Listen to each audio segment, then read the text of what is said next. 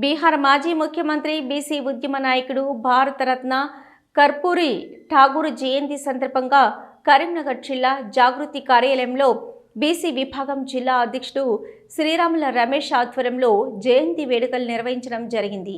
ఈ సందర్భంగా జాగృతి జిల్లా అధ్యక్షుడు గుంజపడుగు హరిప్రసాద్ మాట్లాడుతూ బడుగు జీవుల బతుకుల మార్పునకు కర్పూరి ఠాగూర్ విశేషంగా కృషి చేశారని, స్వాతంత్రోద్యమ కాలంలోనే తన దార్శనిక ఆలోచనలతో ఓబీసీల హక్కుల సాధనకు సామాజిక న్యాయం కోసం పోరాడాడు।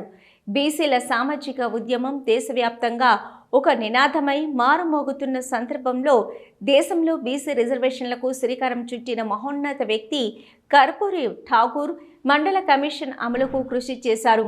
ఈ కార్యక్రమంలో జాగృతి మహిళా విభాగం అధ్యక్షురాలు అంకం శివరాణి, ఆదివాసీ విభాగం జిల్లా అధ్యక్షుడు కుతాడి శ్రీనివాస్, జిల్లా సీనియర్ నాయకులు బుడిగే పరశురాం గౌడ్, గాలిపల్లి రత్నాకరచారి, బసవేని రాజేందర్, గుంజపడుగు పవన్ కుమార్, గర్సకుర్తి విద్యాసాగర్ తదితరులు పాల్గొన్నారు।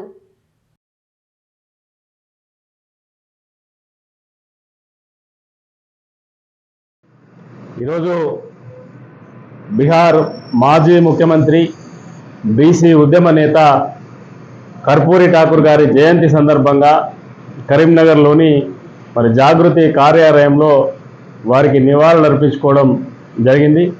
ఈరోజు ఉత్తర భారతదేశానికి సంబంధించి కర్పూరి ఠాకూర్ బీసీల కోసం ఒక మహా ఉద్యమాన్ని నడిపినటువంటి గొప్ప నాయకుడు।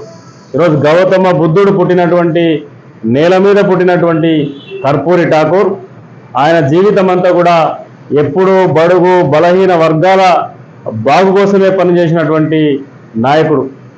బీహార్ రాష్ట్రానికి 2 సార్లు ముఖ్యమంత్రిగా ఉన్న అతి సాధారణమైనటువంటి జీవనాన్ని కొనసాగించిండు కర్పూరి ఠాకూర్। ఈరోజు మనం 27% రిజర్వేషన్ బీసీలకు చట్టబద్ధంగా మనం పొందుతున్నాము అంటే, దేశవ్యాప్తంగా పొందుతున్నామంటే దానికి మొట్టమొదటి ఆద్యుడు కర్పూరి ఠాకూర్।